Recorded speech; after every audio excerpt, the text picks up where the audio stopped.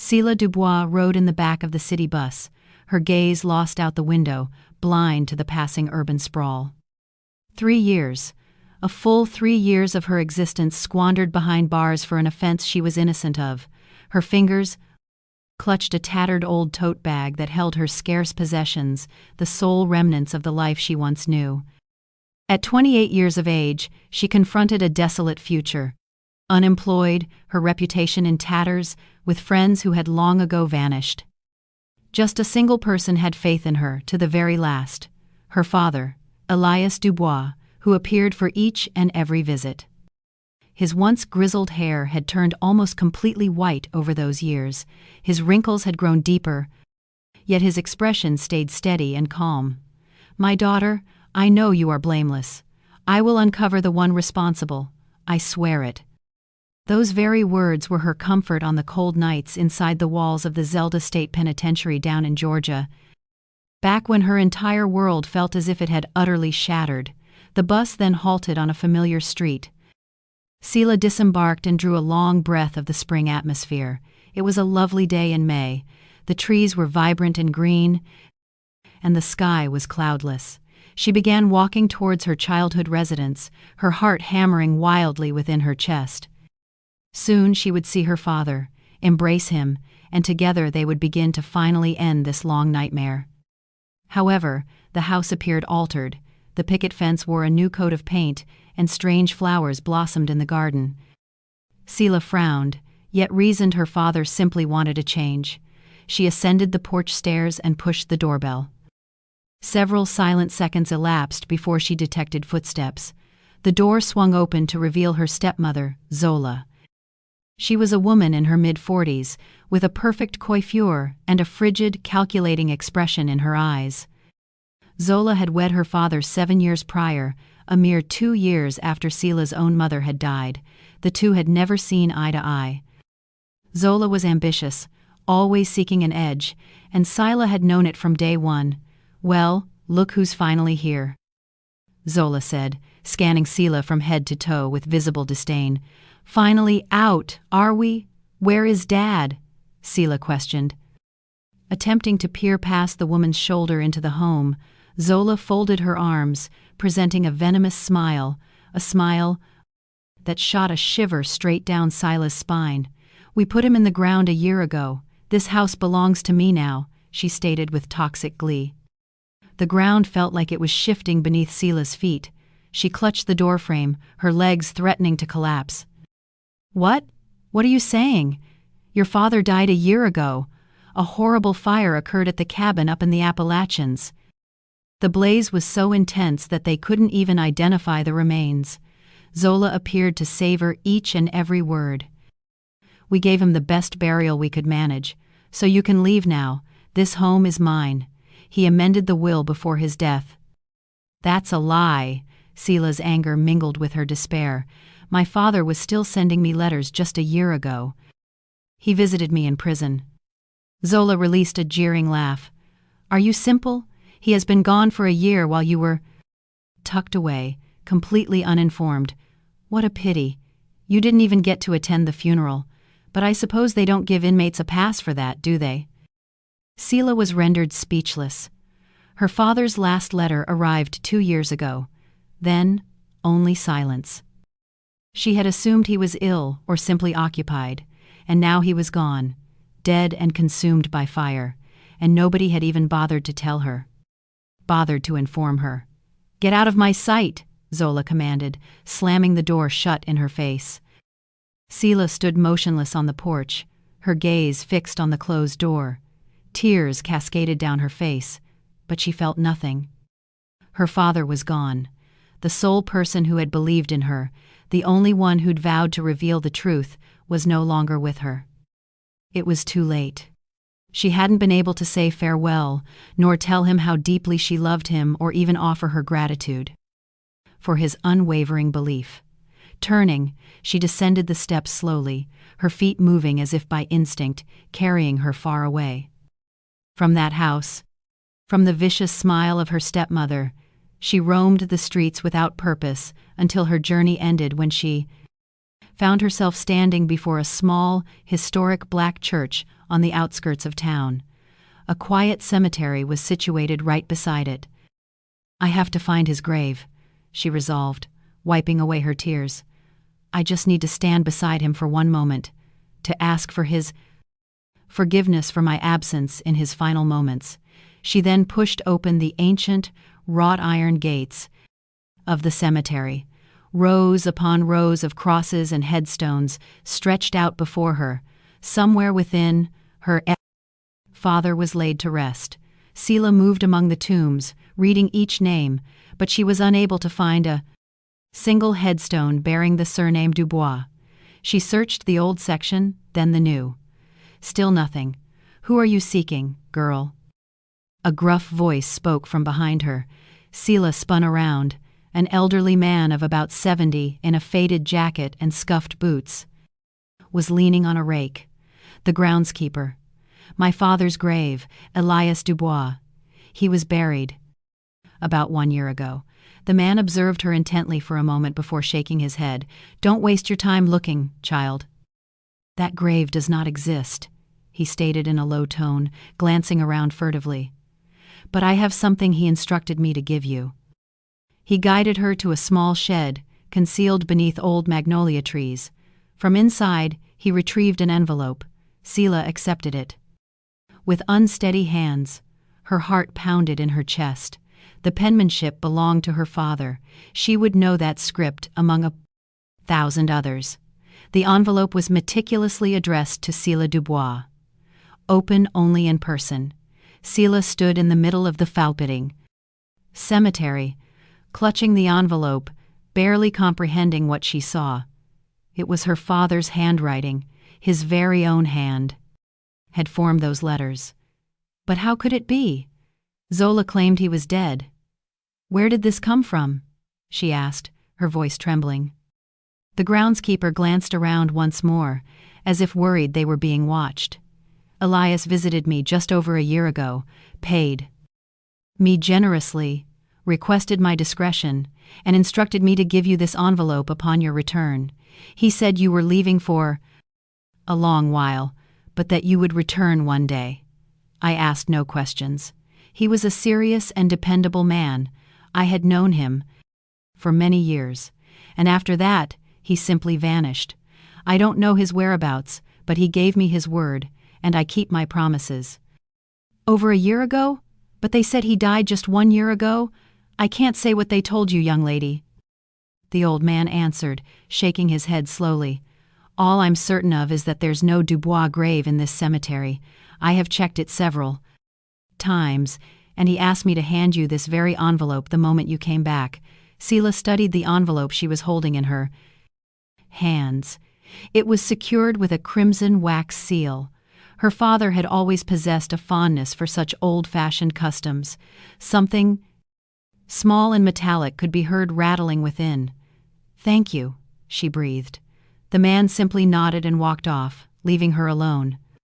By herself. Selah sank onto a bench beside the chapel, cautiously breaking the seal. Within lay a folded piece of paper and a tiny key. She unfolded the note and started to read. The words blurred through her tears, yet she compelled herself to concentrate. "Selah, my precious girl, if you're reading this letter, it means you have regained your freedom, and I was not able to be there to greet you myself. Forgive me for what you're about to learn, but I had no alternative. I paid the groundskeeper generously to remain quiet and give you this envelope. I dated it 3 days before my intended death to be certain. This key is for a safety deposit box at the Downtown Federal Bank, in your name, box number 247 at the Central Avenue branch. You'll find your answers inside. Be cautious. You were set up by the very same people who are trying to remove me. Trust only your Uncle Marcus, my own brother. He knows everything and will assist you. I love you, Dad. Selah." Read the letter 3 times over. Her heart pounded against her ribs. The ringing in her ears was overpowering. Tears made it difficult to see. Was her father alive, or was this a letter penned before his death? A goodbye? And what did he mean by my planned death? What was this scheme? She clenched the key in her fist. The metal grew warm from the heat of her palm. She needed to get to the bank. She needed to go right now. She rose from the bench and nearly bolted from the cemetery. The downtown Federal Bank on Central Avenue closed at 6 o'clock. It was 4 in the afternoon. She still had time. Selah flagged down a taxi, and 20 minutes later, she walked across the marble lobby of the bank. Her plain clothes, the very same she wore when leaving prison, stood out against the fine suits of the clientele, but she was unconcerned. "Good afternoon. I need to get into a safety deposit box," she informed the teller, a young woman in a dark suit. "Box number and ID, please." Selah presented the key and her driver's license. The employee consulted the system and nodded. "Box number 247 is registered in your name. If you'll please follow me." Her father had arranged everything beforehand. Selah followed her inside the fiducie vault. Lines of metallic compartments flanked both sides. The employee used a key to open one and withdrew a steel box. "Feel free to use the private viewing room to inspect the contents," she directed, gesturing to a small room with a table and chair. Selah entered, shut the door, and set the box upon the table. Her hands were shaking as she raised the lid. Inside lay another envelope, thicker than the last, and a dense stack of bills held with a rubber band. She picked up the envelope and opened it. "Selah, if you are reading this message, it means I was correct. You were set up by the same individuals who want me eliminated. There's no grave because I'm still alive. I discovered that they were observing me, that something major was being orchestrated. While you were in prison, I collected evidence and understood the minute scope of the conspiracy, but they are far more powerful and dangerous than I ever conceived. I was forced to fake my own death to protect us and gain time for my investigation. I set fire to our cabin in the mountains. I put the body of an unidentified homeless man from the city morgue inside the fire. Your Uncle Marcus assisted me in arranging it all. He used to work for the police force and still has his connections. It all looked authentic that I had perished. Zola collected the insurance, $1 million, and she inherited the house just as planned. This diverted suspicion and allowed me to operate freely. The people responsible for your conviction are my own wife, Zola, and Vance Rollins. They conspired to embezzle $10 million from our accounting firm and then set you up to take the fall. As the controller with access to the accounts, you were the perfect scapegoat. They forged documents to ensure that all the evidence implicated you directly. But it goes deeper. Behind them is a powerful official at City Hall, Councilman Quintin Zavala, who serves as the deputy mayor of urban planning.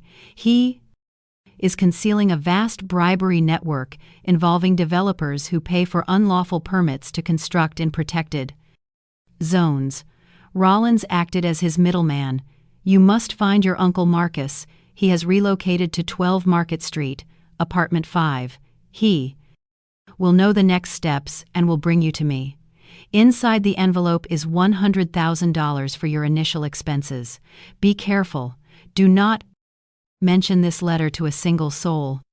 They might be watching you. I have faith in you, my daughter. We are going to see each other very soon. Dad, Selah concluded reading, sitting perfectly still for a moment. Her father was alive. Alive. A mix of elation and fury washed over her. Zola and Rollins. They'd betrayed her, robbed her of her life, and forced her father to stage his own death, just to keep her safe. She clutched the thick stack of bills, $100,000. She stashed the money and letters inside her tote bag before exiting the bank. Dusk was settling in as the sky grew dim.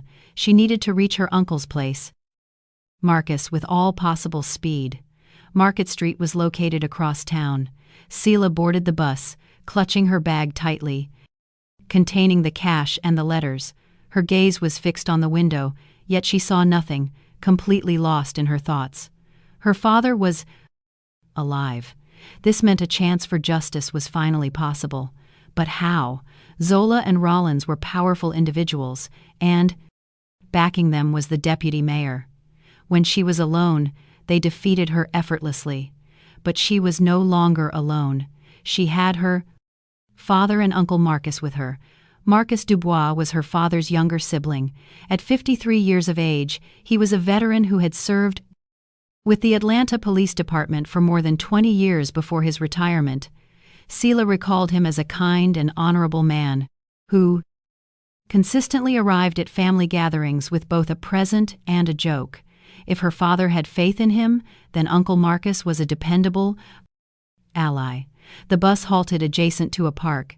Sela disembarked and proceeded down a tranquil street flanked by 5-story apartment buildings. Number 12 was a standard apartment complex from the 1960s, its facade showing peeling paint. Sela ascended the stairs to the second level and rapped on the door to apartment 5. The door swung open almost immediately. In the doorway stood her Uncle Marcus, a robust man with closely cropped, graying hair and vigilant, steely gray eyes. He stared at her for a moment before his features softened. "Sela," he uttered in a hushed tone, "come inside, quickly." She entered the apartment, and he secured the door with every lock. The residence was compact yet comfortable, with shelves full of books, a worn sofa, and photos adorning the walls. "Did the letter reach you?" he inquired, guiding her to the sofa. "Yes," Dad wrote. "That you were aware of everything, and that I was to find you." Marcus nodded with a slight smile. "Then it's all proceeding according to plan. Elias will be so glad to see you. You've endured so much these last few years. Where is he? When will I get to see him?" "Very soon, Sela. But first, you need to tell me what transpired after your release. Did you visit Zola?" Sela then recounted the encounter with her stepmother, including her spiteful words, and how the cemetery keeper delivered the first letter. Marcus absorbed every word, nodding slowly. "Zola's belief that Elias is dead plays directly into our hands. She's relaxed. She believes she's victorious, and that provides us an edge," he affirmed once she was done speaking. "Your father is currently in a secure location beyond the city limits. I'll bring you to him at dawn. You will stay the night here. There's a guest room." "Please, Uncle Marcus, explain it all. How did my father orchestrate his own death? What's the truth about Zola and Rollins?" Marcus retrieved a thermos and poured some tea before sitting down directly across from her. 2 years ago, Elias became aware he was under surveillance. He was amassing proof against Zola and Rollins, but they had ties to Zavala, who is the deputy mayor of urban development. When Elias began digging deeper, they gave him a warning, suggesting an unfortunate incident could happen. "So he came to you for help faking his death?" "Exactly. It wasn't simple, but I still have people I know in the department and at the morgue. We sourced the body of a John Doe, a vagrant who died from an overdose. Elias then set the mountain cabin ablaze under the cover of darkness. We positioned the corpse so that the inferno would render it visually unidentifiable. We falsified the DNA results by me swapping the samples. The official record then declared that Elias Dubois was deceased. Zola collected the insurance payout, that $1 million, and inherited the entire estate as per the will. She hasn't suspected anything. And Dad's been in hiding ever since? Yes, he's staying in a rustic old hunter's shack deep in the woods, about 60 miles beyond the city limits. The place is remote. People rarely go there. I deliver his supplies once a week and update him on our progress. He's spent all this time gathering proof, tracing the connections between Zavala, Zola, and Rollins. Sela absorbed it all, finding it difficult to fully grasp what she was hearing.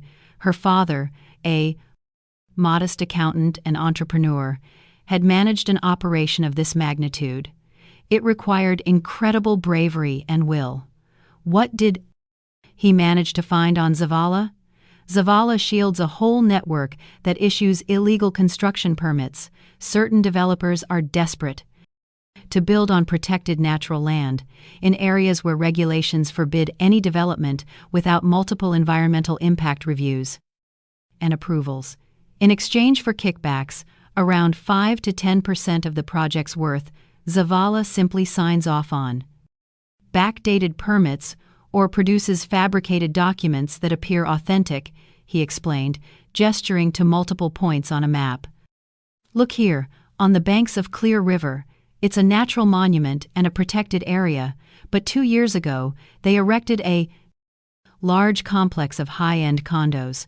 Over here, a historic landmark, a registered cultural heritage site, and they constructed a strip mall, despite construction being banned within 500 yards of that landmark. There are dozens of instances like this one. And Rollins served as their go-between. Yes, Vance Rollins knew Zavala from the construction world. He became the liaison for the developers and the official.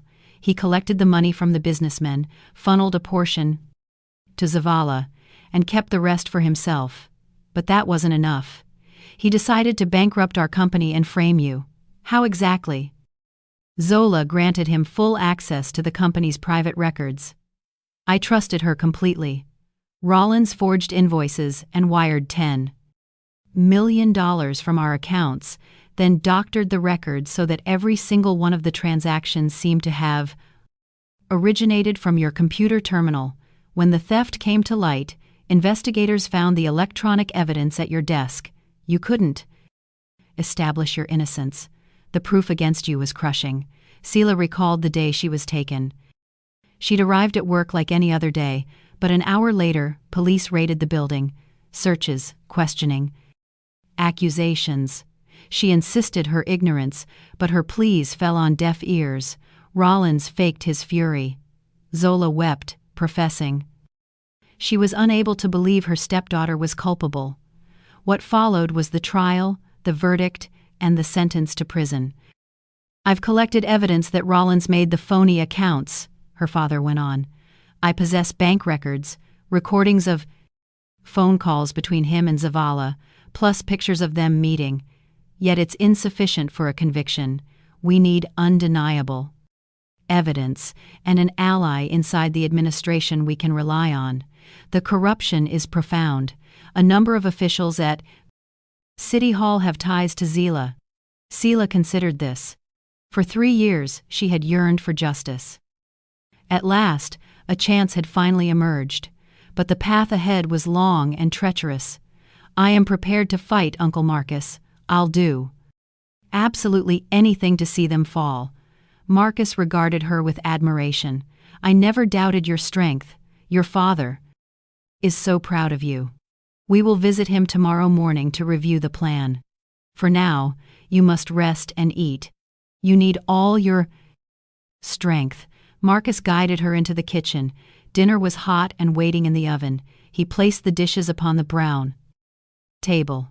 The aroma of a home-cooked meal struck her, and her stomach growled in response. 3 years of prison meals had made her easy to please, yet what lay before her was a banquet. Roasted chicken with crisp, golden skin, baked potato wedges, a garden-fresh salad of tomatoes and cucumbers, with a slice of aromatic whole wheat bread. Please, sit and eat. Don't hold back, Marcus urged, pouring her a cup of tea in a large mug. I prepared all of this just for today. I knew you'd be here. Sela took a seat, lifting the fork with unsteady hands. She lifted the first bite of chicken to her lips and shut her eyes, overcome with sheer pleasure. The meat was succulent and tender, with a delicate scent of garlic and herbs. She chewed deliberately, relishing each sensation. Inside the prison, roast chicken was an uncommon treat, and when served, it was always dry and tasteless. This, however, was evanementa. Pure bliss on a plate. She ate without a word, her gaze fixed, as if the meal might disappear if she glanced away for even a moment. The potatoes were perfectly crisp outside with a fluffy center that dissolved on her tongue. The tomatoes were ripe and succulent. The cucumber was cool and crisp. She spread butter on the bread, breathing in its scent. Before taking a bite, Marcus observed her in silence, and witnessing her relish the food with such delight, his own eyes welled with tears. Once her plate was clean, Marcus set down a bowl of jam and a pack of cookies before her for her dessert. It's raspberry jam. I made it myself last summer.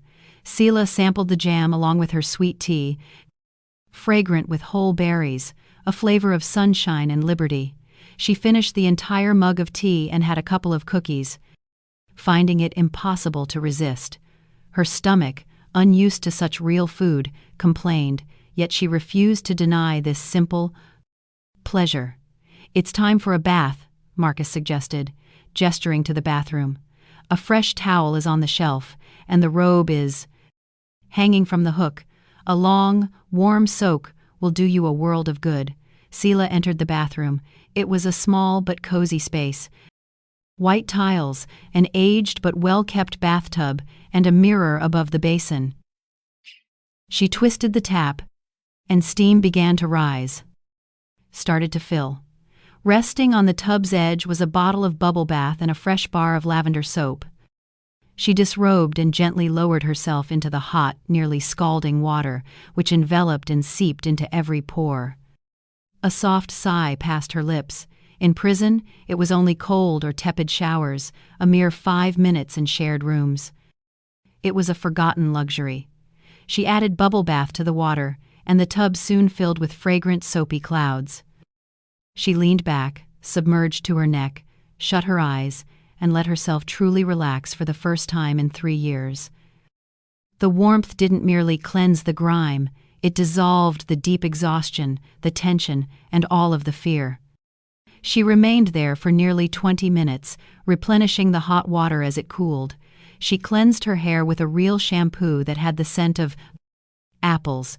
Unlike that harsh institutional soap that made hair coarse as straw, she then scrubbed her skin with a soft sponge until her skin glowed a rosy pink. She rinsed clean, dried off with the plush towel, and enveloped herself in a soft, terry robe. She stepped into the bedroom. The room Marcus had readied had fresh pajamas waiting on the bed, simple cotton that was cool to the touch. She changed and slipped between the covers. The sheets smelled of cleanliness and sunshine. Marcus had to have washed them. On the balcony, the pillow felt soft. The blanket was light yet warm. Seela melted into the pillow and sensed the tension of the day gradually fade away. A fresh bed, a satisfied stomach, the bath's warmth, simple joys she had previously taken for granted, now felt like the most profound blessings. She wept without sorrow, her tears born of relief and deep gratitude. She drifted to sleep thinking about seeing her father the next day, how together they would pursue justice, and that a difficult but attainable path was ahead. Yet for that moment, she let herself feel the joy of simple things: a hot meal, pure, clean water, and a comfortable bed. Morning came quickly. Marcus roused Seela at 6, and inside of a half hour, they were in his dated car, heading out to the countryside. Their route passed through fields and woods as settlements became more scarce and infrequent. Seela stared from the window, filled with anticipation. Very soon she would see her father was alive and safe. For 3 years, she believed he was helping her from home, only to learn he had been secretly in hiding, endangering his life for the truth. An hour later, they turned onto a side road. The car jolted over potholes as the woods grew dense on either side, with sunbeams piercing the canopy above. At last, a little wooden cabin with a slightly drooping roof came into view. Marcus parked by the porch and killed the engine. "We are here. Your father's inside." Seela leapt from the vehicle and sprinted for the house. The door swung open, and Elias stood framed in the doorway. He looked thinner than she recalled, his hair now completely white, yet his eyes retained their familiar kindness and strength. He opened his arms wide, and Seela flew into his embrace. "Dad!" she cried, clinging to him tightly. "My girl!" "At last," he murmured, gently stroking her hair. I have missed you terribly. They held each other for several long minutes, reluctant to part. Elias then guided her inside. The cabin was compact. A single room held a wood stove, a table, 2 beds, and shelves stocked with books and preserved foods, while city maps and diagrams covered in notes adorned the walls. Please sit, Sela. We have much to discuss, he said, gesturing to a chair. Marcus, would you please shut the door? Dad, why didn't you tell me you were alive sooner? I believed you were gone, she murmured softly. I'm sorry, my dear, but it was essential. If you had known the truth, you might have accidentally revealed my location. Zola was undoubtedly observing you, through mutual contacts or even the prison administration. The smallest mistake could have jeopardized everything. What have you managed to uncover all this time? Elias rose and moved toward the wall map, where a number of locations were highlighted with red circles and arrows. The operation is set up this way. Developers seek to build on protected nature reserves. Legally, that's prohibited. You can't proceed without approvals from the Department of Environmental Protection and multiple evaluations. But Zavala, the deputy mayor, uses his connections in the department to circumvent the rules. For a payoff of 5 to 10% of the SETA project's value, he signs backdated permits or forges documentation to create a facade of legality. He gestured to various spots. Here, the Clear River Bank, a designated natural monument. 2 years back, they erected a complex of condominiums. Here, an old manor, a cultural heritage landmark, and next to it, a mall was built when rules prohibit any building within 500 yards. We've found dozens of similar instances. So Rollins was their go-between? Sela questioned. Yes. Vance Rollins connected with Zavala through the developers. He served as the courier between the businessmen and the official, handling the collection, giving Zavala his portion, and keeping what was left. Then, his ambition grew. He decided to take over our company and set you up. How did they manage it? Zola gave him access to the confidential documents. I trusted her. Rollins created fraudulent accounts and siphoned $10 million from our company's funds. Afterwards, he doctored the ledgers to create the illusion that every transfer came directly from your computer terminal. When the discrepancy was unearthed, the police traced the digital trail back to your machine. You had no way to establish your innocence. The proof was airtight. Sela recalled the day she was taken into custody. The sudden police raid, the damning accusations. She tried to reason, but nobody would listen. To her, Rollins feigned disbelief. Zola wept and insisted her stepdaughter could not possibly be guilty. Then the trial and the prison term followed. I have gathered evidence proving Rollins fabricated the accounts, her father stated. I possess bank records, recordings of conversations between him and Zavala, and pictures of them meeting, but it is insufficient. We need to catch them red-handed with the cash or the incriminating papers. Only then will the district attorney and the judges finally believe us.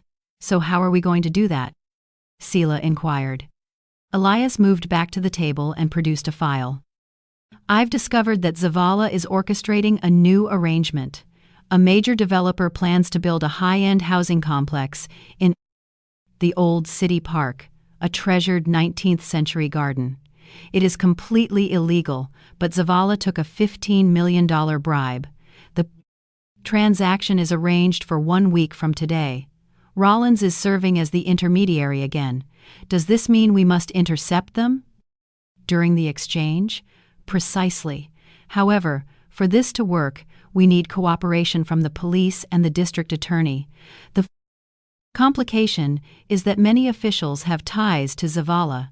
If we trust the wrong person, they will be warned and they'll get rid of the proof. Marcus interjected. About a month ago, a new chief for the DA's Major Crimes Division was appointed, named Roman Pierce. He transferred from out of state and has a sterling reputation. People say he's upright and incorruptible, Perhaps we should approach him. That's too risky, Elias countered, frowning. We don't know him, and what if he's aligned with them too? We have no other options, Dad, Seela declared. If we wait, Seela and Rollins will just keep stealing and ruining things, and my name will never be cleared. Her father gazed at her with affection and agreed. Very well. But we first require some insurance. We'll assemble all the proof and deliver it to a journalist.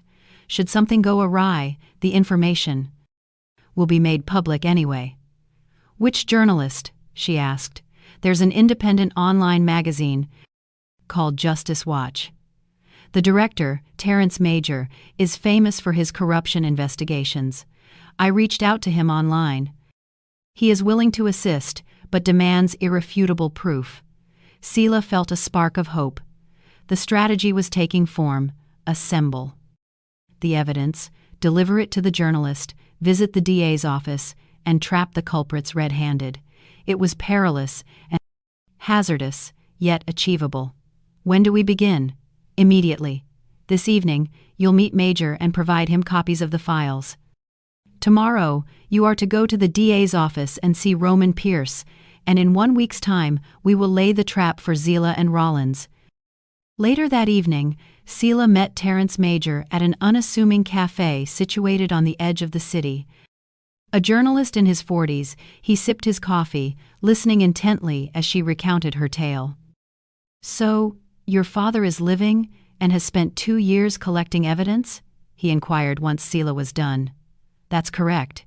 Here are the copies of the files he provided, she stated, passing him a USB drive.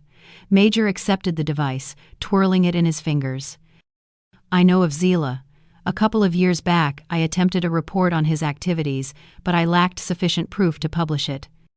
He's extremely careful and has protection from powerful figures in both City Hall and the state government.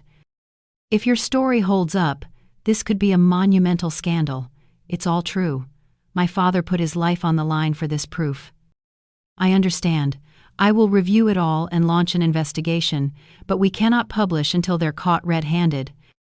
If not, they'll hit me with a libel suit and win. We get it. Don't publish until arrests are made. Major nodded, sliding the drive into his pocket. Be very careful. Zavala is dangerous. If he discovers you are gathering information on him, there's no telling what he'll do. We are aware of the risks. They parted ways, and Seela went back to her Uncle Marcus's place. The following morning, she headed to the district attorney's office. Located downtown, the building was an imposing, gray structure with steel doors and a sentry at its entrance. Seela cleared security, ascended to the 3rd floor, where the office of Roman Pierce was situated. The secretary, an older woman wearing glasses, eyed her suspiciously. Have you scheduled an appointment? I haven't, but I must see Mr. Pierce regarding an urgent issue. He is occupied. Return tomorrow. This concerns corruption at City Hall and the false imprisonment of an innocent individual. Inform him my name is Seela Dubois, and I was imprisoned for 3 years for a crime I was not guilty of. The secretary's brow furrowed before she lifted the receiver and dialed. Mr. Pierce, a young woman is here, who insists she was incarcerated for an offense for which she was framed. Yes, the name is Dubois. Very well. She hung up the phone and nodded to Seela. Go right in. He'll see you. Seela stepped into a spacious office with a large desk and bookshelves. Behind the desk sat a man in his 50s, silver threading his temples, his expression stern. Roman Pierce rose and offered his hand. Please, have a seat, Seela Dubois. I'm ready to listen. Seela took the chair and started her account, detailing her arrest, the setup, naming Zola, Rollins, and the Zavala network. Pierce heard her out silently, jotting down notes. When she concluded, he leaned back. These are serious allegations. Can you substantiate them? Seela retrieved a folder from her bag. It held copies of documents from her father, bank records, wiretap transcriptions, and photos of clandestine meetings. My father compiled all of this over 2 years. Pierce scanned the documents. His expression was unreadable, but Sela sensed his intense scrutiny. If what you're showing me is authentic, we are facing widespread corruption of a significant scale, he finally stated. But this alone isn't sufficient to launch a formal case. We need more definitive proof. In 1 week, a meeting is scheduled between Zavala and a developer. A sum of money will change hands. $15 million. If you can intercept them in the act, it will be undeniable proof, Pierce pondered. And how do you know of this meeting? My father has been monitoring them. He intercepted their communications. Where is your father? Why isn't he here himself? Sela paused. Revealing her father faked his death was a gamble, but Pierce would never trust her without the whole truth. He's alive, but he's in hiding. He staged his death to protect his family and collect evidence. If Zavala discovered he lived, he would try to kill him for good. Pierce arched an eyebrow. Faking a death is a major felony. He was left with no other choice. He'd received a warning that an attempt on his life was imminent. Pierce rose and paced his office thoughtfully. All right, I will begin a verification. If your intel checks out, we will set up an operation. However, I must speak directly with your father and take his formal testimony. He'll agree. I'll convey your proposal. Then we have a plan. Bring your father here tomorrow so we can discuss the particulars. Meanwhile, I'll review these documents. Sela departed with a profound sense of relief. Pierce had neither dismissed her nor aligned with Zavala. It seemed he might be a man of principle after all. That afternoon, she went back to Marcus and relayed the details of her meeting. Elias, who had left his woodland refuge with his brother to plan their next moves, listened intently and consented to meet Pierce. If he is genuine, this is our opening, he stated. But we must operate as if they could betray us. That is why we give everything to the journalist beforehand, in case anything should go wrong. Major publishes the full story. They won't be able to bury it. The following day, Elias and Sela made their way to the district attorney's office. Pierce greeted them inside. Upon seeing Elias, his expression hardened. So, you must be Elias Dubois, who was officially declared dead 1 year ago. Yes, I apologize for the ruse, but I had no alternative. I realize that faking my own death is a serious offense. I will accept the repercussions, but only once those who framed my daughter and threatened my very life are brought to justice. They're also plundering this city. Pierce sat, steepling his fingers before him. Begin at the very start. Elias then narrated the full story, how he uncovered the graft, how he discovered Zola and Rollins were in collusion, how he received the warning about the attempt on his life, and how he resolved to fake his own death to gather evidence. Pierce listened intently, interjecting with pointed questions. Do you possess any recordings of Zavala? He asked. Yes, I planted a listening device in Rollins's office. Here you go, he stated, passing over another USB. Pierce inserted the drive and opened a file. Sound filled the room. Sela knew Rollins's voice. It was deep and full of arrogance. Zavala's taking the $15 million. We meet this Saturday at a warehouse by the old port. You'll bring the cash and he delivers the permit. And if anyone discovers this, nobody will. Pierce is a rookie. He's clueless about who is protecting whom. By the time he catches on, the transaction will be complete. Pierce halted the recording and then glanced at Elias. When was this captured? The day before yesterday. So the meeting's Saturday. It's Wednesday. That gives us 3 days to get ready. Will you assist us? Pierce paused before nodding. Yes, I'll launch the official investigation and set up the operation, but you must provide a formal statement. Agreed, Elias replied. In that case, we will proceed as follows. The strategy was straightforward, yet it demanded accuracy. On Saturday, Zavala and the developer were to meet at a warehouse by the old port. Rollins was to deliver the payment, $15 million. Zavala, in turn, would provide the building permit. Roman Pierce and his unit would lie in wait to apprehend them at the precise moment of the exchange. There was one complication. They were unaware of the developer's identity, the one paying Zavala. Elias only knew his surname, Gross, who was the proprietor of a major construction firm. But they had no idea of his appearance or the specific location of his office headquarters. Without a positive ID on the developer, the sting could collapse. If he grew suspicious, he might just warn Zavala. Pierce suggested putting him under surveillance.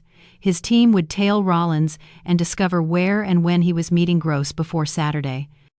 The odds were high that they would confirm the final details the day prior. So on Wednesday afternoon, the surveillance began. Rollins commenced. His office was located in a glass-walled business center on the 5th level. Rollins was in his 50s with a thinning hairline and a paunch. He favored costly suits and drove a black SUV. Each time Sela glimpsed his arrogant face, a wave of anger would swell in her throat. On Thursday morning, Rollins departed from his home but bypassed his usual office route. Taking the freeway towards the city's edge, Pierce's unit tailed him from a safe distance. He eventually pulled into a roadside diner and parked his vehicle. 10 minutes passed, and a silver sedan arrived. A suited man emerged. It was Gross. They went inside. Their conversation lasted nearly an hour. The agents captured footage from the window. Afterward, they both departed. Pierce got the photos and presented them to Elias and Sheila. "There's your man, Gross. Now we have his face. We will be prepared for Saturday." By Friday, the atmosphere was incredibly tense. Elias and Sela were at Marcus's home all day, reviewing the final details. Pierce sent a text.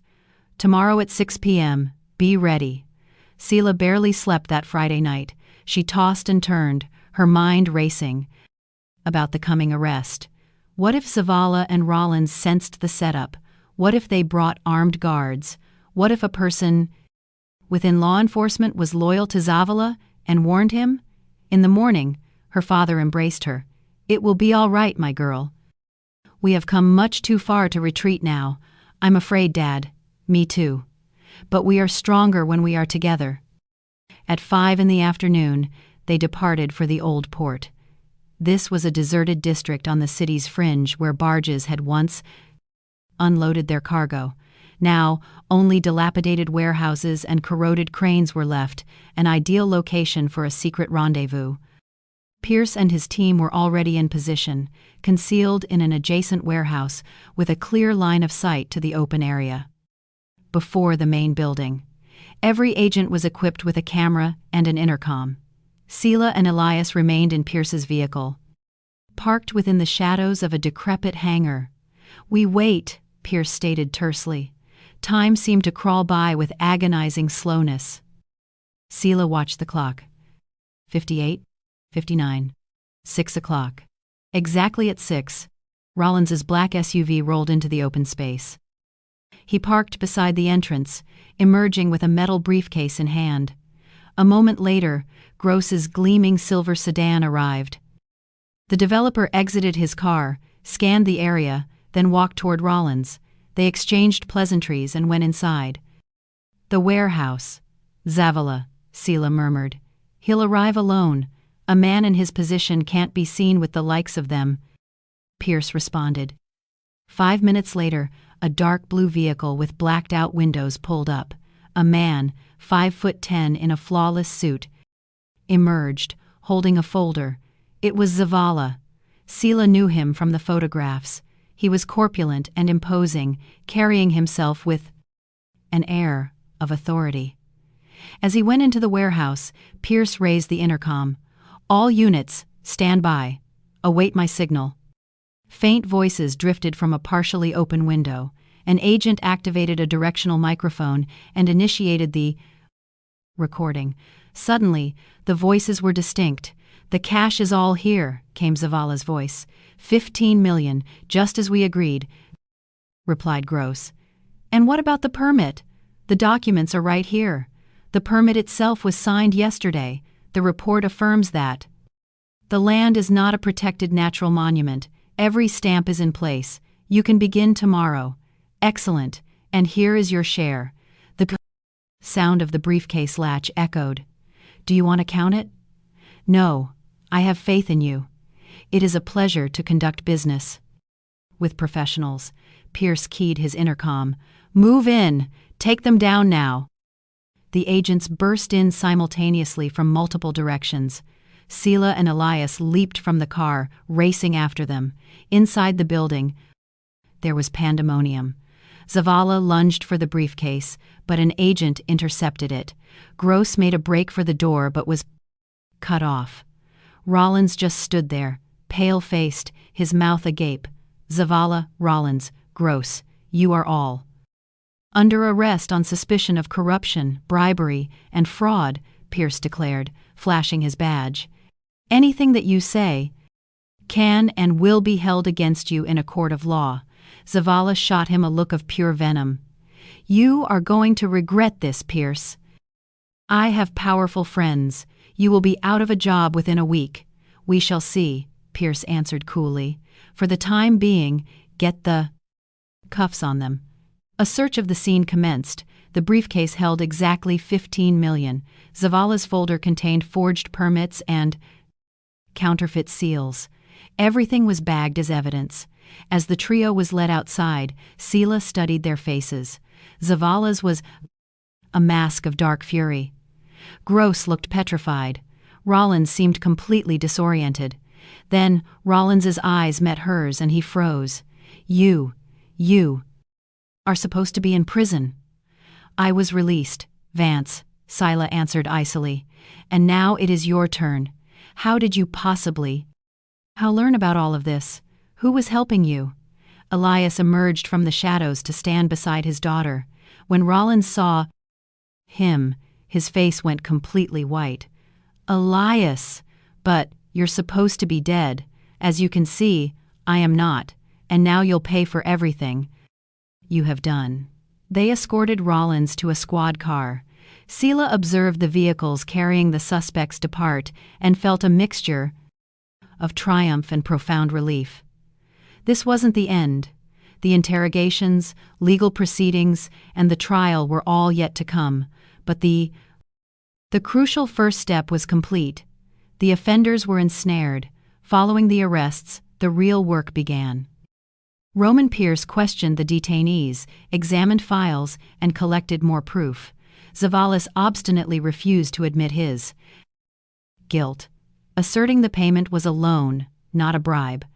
However, the recorded discussions and the sworn statement of Gross, who chose to assist the inquiry for a lesser sentence, completely demolished his fabricated story. Rollins attempted to place the entire blame on Zola, alleging she had arranged the robbery and framed Sela.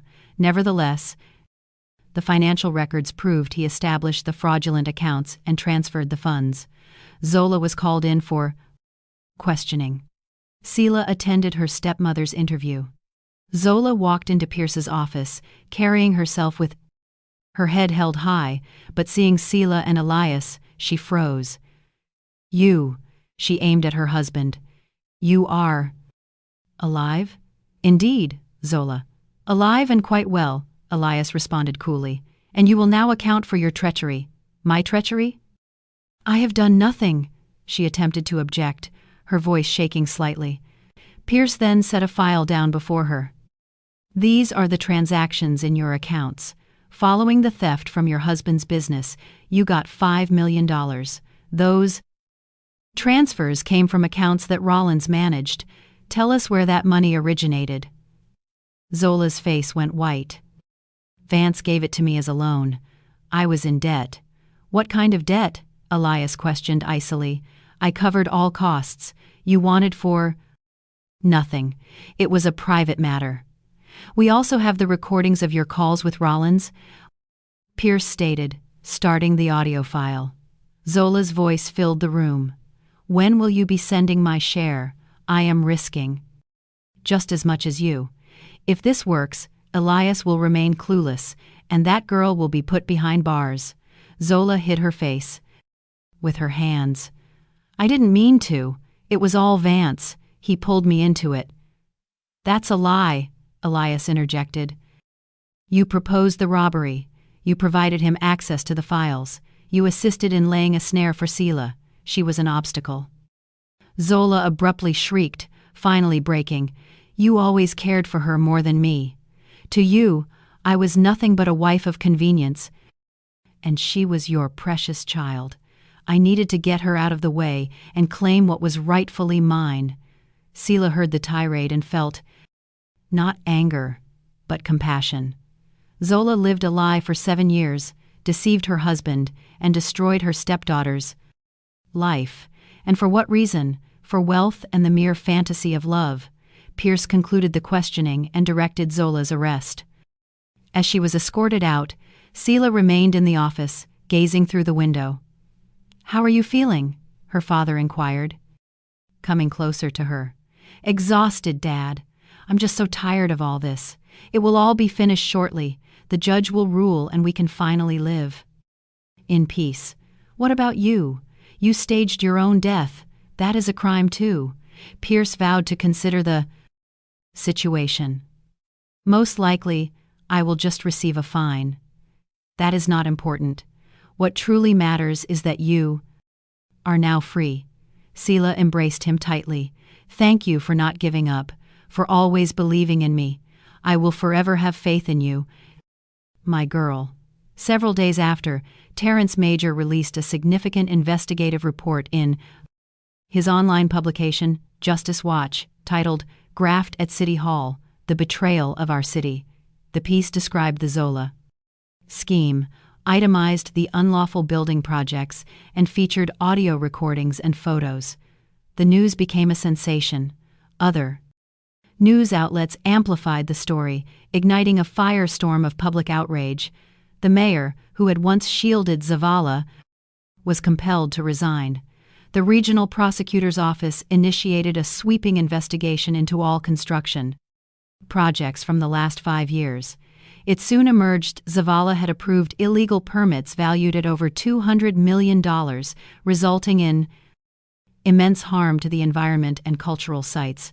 Elias was indeed fined for staging his death, but the court judge recognized his actions were to protect his daughter and uncover corruption, which served as a mitigating circumstance. Sela received a full acquittal.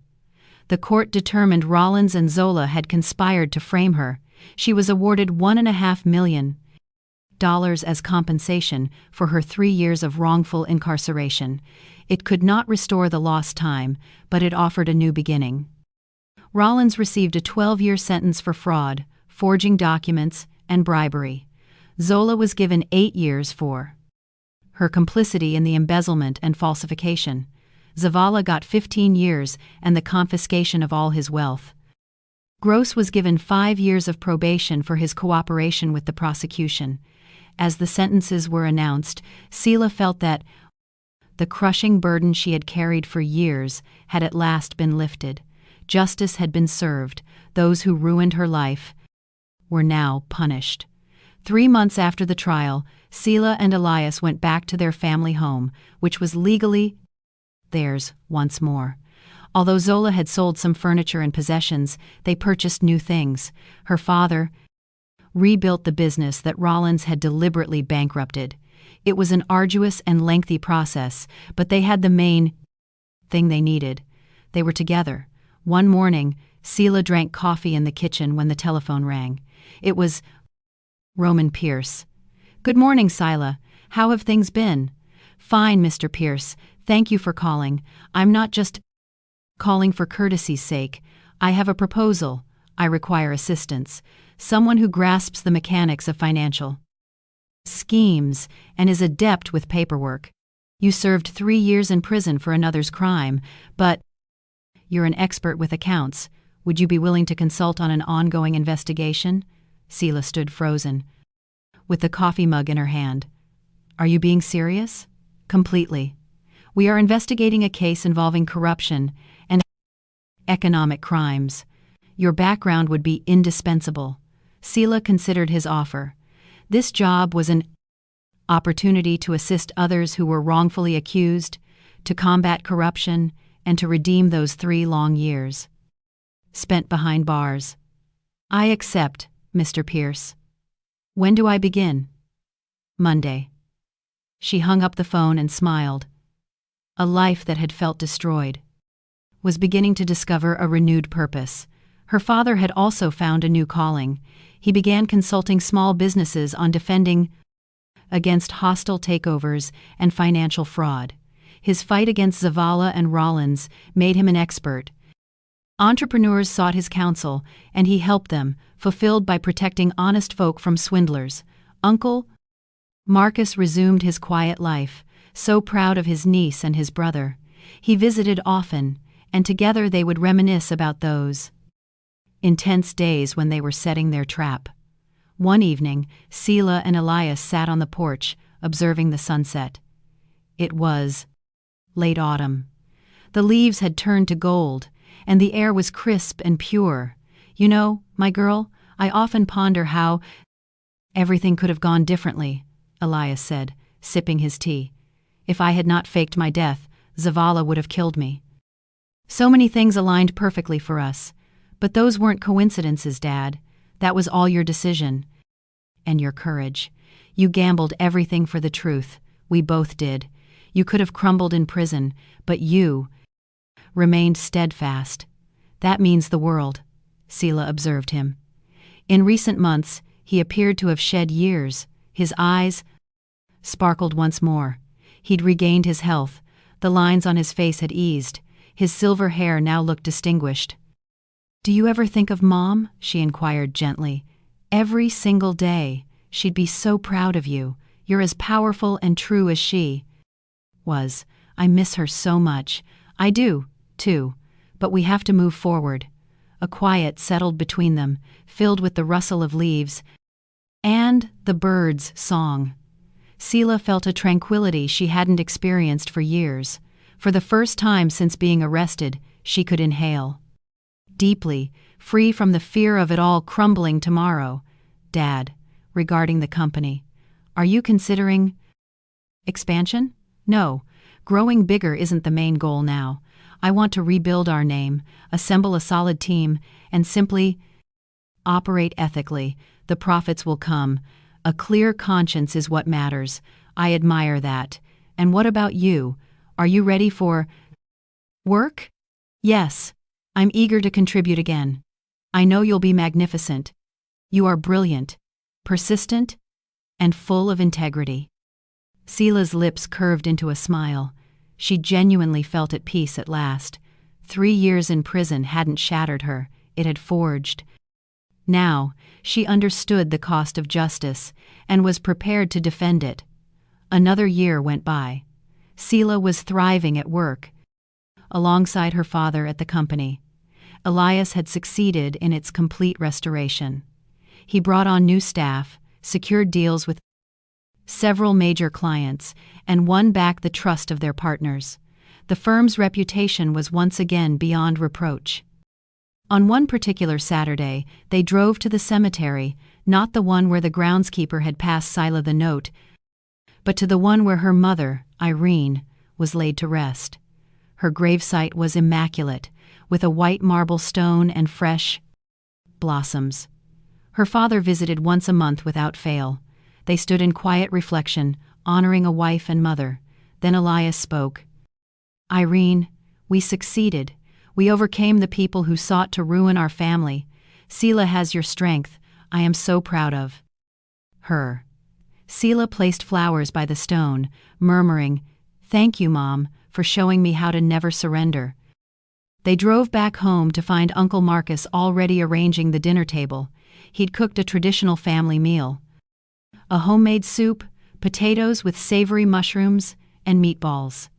The 3 of them took their seats, just as they did when Sela was a girl. There are times I feel this was all a spy thriller, Marcus remarked, dishing out the food. A staged death, clandestine meetings, a sting for the corrupt officials. Like a film, Elias added with a wry smile. Only in films The protagonists don't. Feel terror, and we were terrified daily. But we prevailed, Sela added. That's the only thing that counts. They finished their meal, discussing the future and laying out plans. Marcus hoped to go fishing the following spring.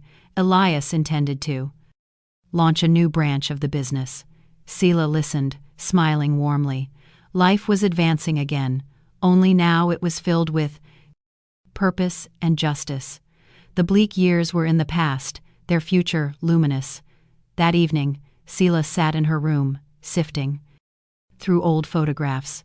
There she was with her mother by the sea, there with her father on her very first birthday, and there on her university graduation day. Each snapshot was a fragment of her past, a testament to who she once was and who she now is. She opened a drawer and retrieved her father's letter, the one the groundskeeper had given her by the graveside. The paper was yellowed and the ink had faded, but the words remained strong and warm. Sela gently folded the letter and placed it back. That single letter had altered her life, bestowing hope and the fortitude she needed to fight. She would forever treasure it as a reminder that light exists even in the deepest darkness.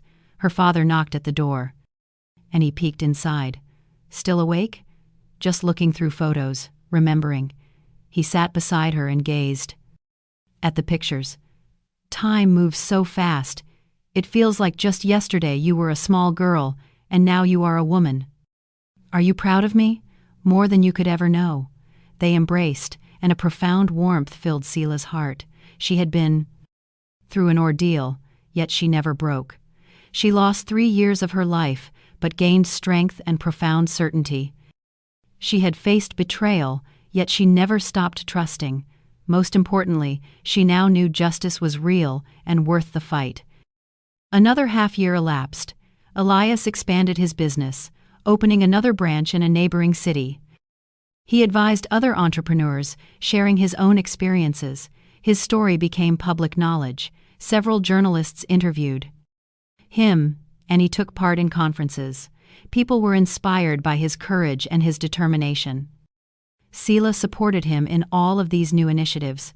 Uncle Marcus kept his promise, fishing every weekend. He was glad to have helped his brother. And his niece, proud that justice was finally served. Zola and Rollins were now paying their debt to society. Sometimes Sela thought of them, but without resentment or any pity. They had chosen their own path and were facing the consequences. Zavala was also behind bars. His corrupt schemes were completely unraveled, and officials were now restoring the damaged natural lands. One bright spring day, Sela returned to the cemetery where the groundskeeper had given her that pivotal letter from her father. She saw him near the chapel, sweeping the walkways. "Good afternoon," she greeted. The old man looked up, and his eyes recognized her. "Ah, the girl who sought her father. Did you find him?" "I found him. Thank you so much for safeguarding the letter. I promised Elias I would, and I kept my word. I'm glad it all worked out for you." Sela then held out an envelope. "This is a small token of our gratitude, from my father and me. You helped more than you can know." The man opened the envelope, seeing the cash inside. He shook his head. "This isn't necessary. I simply did what I was asked to do. Please, accept it. You've earned it." The groundskeeper was quiet for a moment, then nodded and slid it into his pocket. "Thank you. May you live long and happy lives." Sela bid him farewell and departed from the cemetery. She walked along the street, savoring the warm spring sunshine. Life had finally settled, justice had truly triumphed, and the future looked bright. That evening, her family came together once more. It was Sela, Elias, and Uncle Marcus. They sat on the porch, sipping tea and talking. Her father spoke of a new business project. Marcus recounted catching a gigantic bass. "Sometimes it all feels like it was just a dream," Sela said, watching the sinking sun. "The jail, the setup, your fake death, the snare for the corrupt, as if it never even happened." "To me, but it was real, my girl. It was difficult and frightening, and we endured it." Her father stated, "We came out stronger. Yes, and I feel grateful for the experience." It was an education. "The key is that you didn't become embittered," Marcus observed. "So many emerge from prison hardened and vengeful. You stayed true and honest." Sela considered his words. She knew she could have easily become a resentful, distrustful soul, consumed by revenge, but her father's lesson was that justice meant more than retribution.